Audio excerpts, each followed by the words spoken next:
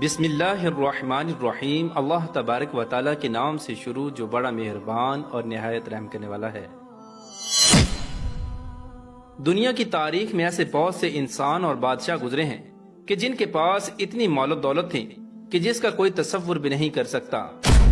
لیکن آج کے اس ویڈیو میں ہم آپ کو ایک ایسے شخص کے بارے میں بتائیں گے جو دنیا کا سب سے انوکھا اور امیر ترین انسان تھا، جس کی دولت کا آج تک کوئی مقابلہ نہیں کر سکا۔ پیارے دوستو، قرآن پاک میں قارون نامی ایک شخص کا ذکر ملتا ہے کہ جس کو اللہ تبارک و تعالیٰ نے بے شمار مال و دولت اور بے شمار خزانوں سے نوازا تھا۔ اس کے پاس کتنا خزانہ تھا، اس کا اندازہ اس بات سے بخوبی لگایا جا سکتا ہے کہ اگر آج کے اس دور میں پوری دنیا کے مال و دولت اور تمام تر ممالک کے پیسوں کو جمع کیا جائے اور اس کا موازنہ کیا جائے قارون کے خزانے کے ساتھ، تو پوری دنیا کا مال و دولت اور خزانے قارون کے خزانے کا ایک معمولی سا حصہ بنتے ہیں، بلکہ قارون کے پاس اس سے بھی کہیں زیادہ مال و دولت اور کہیں زیادہ خزانے تھے۔ یار دوستو، آج کے اس ویڈیو میں ہم آپ کو بتائیں گے کہ قارون کون تھا اور اس کے پاس اتنا خزانہ کہاں سے آیا، اور جب اللہ تبارک و تعالیٰ نے قارون کو اس قدر نعمتوں سے نوازا تھا، اس کے باوجود قارون نے ایسا کون سا گناہ کیا کہ اللہ تبارک و تعالیٰ نے قارون کو اس کے خزانے سمیت زمین کے اندر دنسا دیا۔ پیار دوستو، اس ایمان افروز اور عبرت ناک واقعے کو سننے کے لیے آپ سے ہماری یہ گزارش ہے کہ اس ویڈیو کو اینڈ تک ضرور دیکھیے گا۔ پیار دوستو، قارون حضرت موسیٰ علیہ السلام کا چچا زاد بھائی تھا اور یہ حسن و جمال میں بھی بے مثال تھا۔ اللہ تبارک و تعالیٰ نے اس کو بہت سارے حسن سے نوازا تھا اور حضرت موسیٰ علیہ السلام کی صحبت میں بیٹھنے کی وجہ سے یہ تورات کا بھی بہت بڑا عالم تھا۔ اس کے اندر یہ خوبی بھی تھی کہ یہ بہت با اخلاق اور ملنسار انسان تھا۔ پیارے دوستو، جیسے بہت سارے انسان مال و دولت کے آتے ہی ایک دم سے بدل جاتے ہیں، ایسے ہی قارون بے شمار مال و دولت کے آتے ہی ایک دم سے بدل گیا اور اللہ تبارک و تعالیٰ کے پیارے نبی حضرت موسیٰ علیہ السلام کا بہت بڑا دشمن بن گیا۔ پیارے دوستو، اس کے پاس اس قدر خزانہ تھا اور اللہ تبارک و تعالیٰ نے اس کو اس قدر مال و دولت سے نوازا تھا کہ 70 اونٹ صرف اس کے خزانے کی چابیاں لے کر چلا کرتے تھے۔ پیارے دوستو، ذرا اس بات کا اندازہ لگائیں کہ جس کے خزانے کی چابیاں 70 اونٹ لے کر چلا کرتے تھے، اس کا خزانہ کتنا بڑا اور کتنا وسیع ہوگا۔ پیارے دوستو، بات کرتے ہیں کہ قارون کے پاس اتنا خزانہ کہاں سے آیا اور یہ اس قدر امیر کیسے ہوا۔ اس کے متعلق مختلف روایات ملتی ہیں۔ ایک روایت کے مطابق قارون حضرت موسیٰ علیہ السلام کی صحبت میں بیٹھا کرتا تھا اور وہاں سے اس نے علم کیمیائی حاصل کیا، جس کی مدد سے یہ لوہے اور مٹی کو سونا بنانے میں کامیاب ہو گیا اور اس طرح یہ سونا بنا بنا کر دنیا کا امیر ترین شخص بن گیا۔ اور ایک دوسری روایت کے مطابق قارون لوگوں کو سود پر مال دیا کرتا تھا، جس کے بدلے میں یہ لوگوں سے 2 گنا وصول کیا کرتا تھا۔ اس طرح آہستہ آہستہ وقت یوں ہی گزرتا گیا اور یہ مصر کی تاریخ کا امیر ترین شخص بن گیا۔ ادھر جب اللہ تبارک و تعالیٰ نے حضرت موسیٰ علیہ السلام کی طرف زکوٰۃ کا حکم نازل فرمایا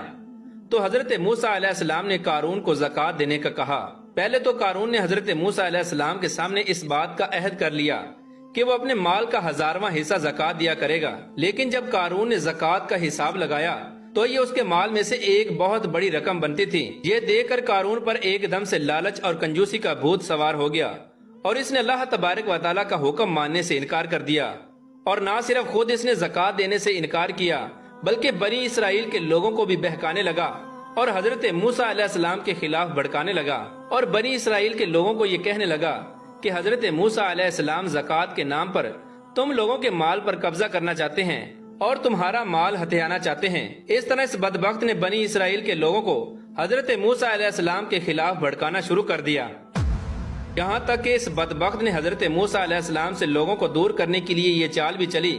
کہ اس نے ایک عورت کو بہت زیادہ مال و دولت دے کر اس بات پر آمادہ کیا کہ وہ حضرت موسیٰ علیہ السلام پر بدکاری کا الزام لگائے تاکہ لوگ معاذ اللہ حضرت موسیٰ علیہ السلام سے دور ہو جائیں اور ان سے نفرت کرنے لگیں۔ چنانچہ ایک دن ایسا ہوا کہ حضرت موسیٰ علیہ السلام ایک مقام پر کھڑے ہو کر خطاب فرما رہے تھے کہ اسی دوران قارون نے حضرت موسیٰ علیہ السلام کو ٹوکا اور حضرت موسیٰ علیہ السلام سے یہ کہنے لگا کہ آپ نے فلاں عورت سے بدکاری کی ہے۔ یہ بات سن کر حضرت موسیٰ علیہ السلام ارشاد فرمانے لگے کہ اس عورت کو میرے سامنے لاؤ۔ چنانچہ اس عورت کو حضرت موسیٰ علیہ السلام کے سامنے پیش کیا گیا تو حضرت موسیٰ علیہ السلام اس عورت سے فرمانے لگے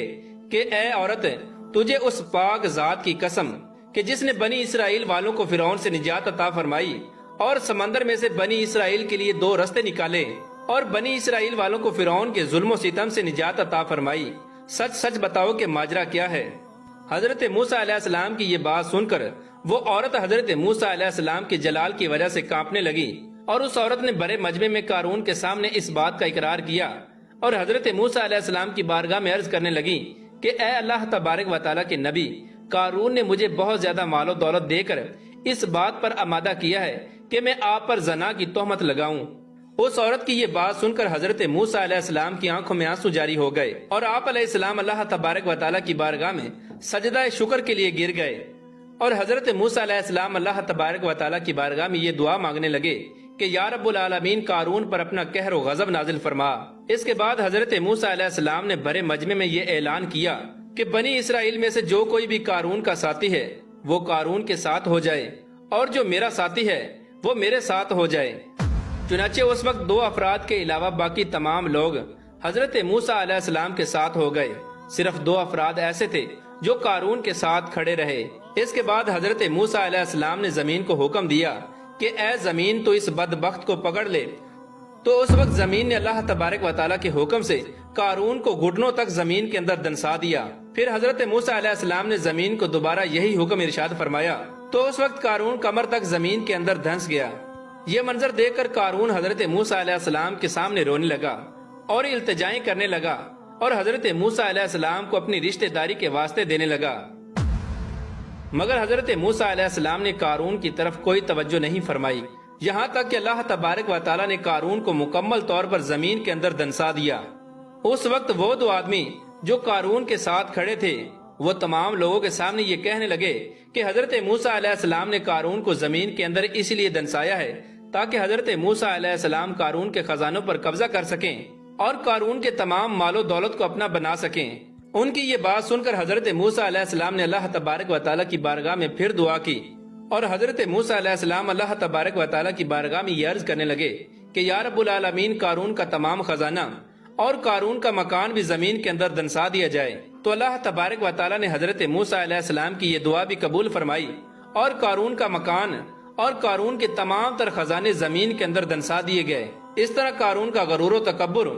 اور اس کا مال و دولت زمین کے اندر دنسا دیا گیا، جیسا کہ اللہ تبارک و تعالیٰ اس بات کی طرف اشارہ کرتے ہوئے قرآن پاک میں ارشاد فرماتا ہے، اور جو لوگ بخل کرتے ہیں اس چیز میں جو انہیں اللہ تبارک و تعالیٰ نے اپنے فضل سے دی، ہرگز وہ اسے اپنے لیے اچھا نہ سمجھے بلکہ وہ ان کے لیے برا ہے۔ ان قریب وہ جس میں بخل کیا کرتے تھے وہ قیامت کے دن ان کے گلے کا طوق ہوگا،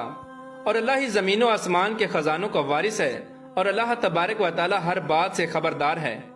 پیارے دوستو، اس طرح وہ قارون جس کو اللہ تبارک و تعالیٰ نے ایمان کی نعمت اور خزانوں سے نوازا تھا، لیکن وہ مال و دولت کے غرور و تکبر میں آ کر اللہ تبارک و تعالیٰ کا نافرمان ہو گیا۔ پیارے دوستو، اس طرح قارون نے اللہ تبارک و تعالیٰ کا حکم ماننے سے انکار کیا اور زکوٰۃ دینے کا منکر ہو گیا۔ فرمایا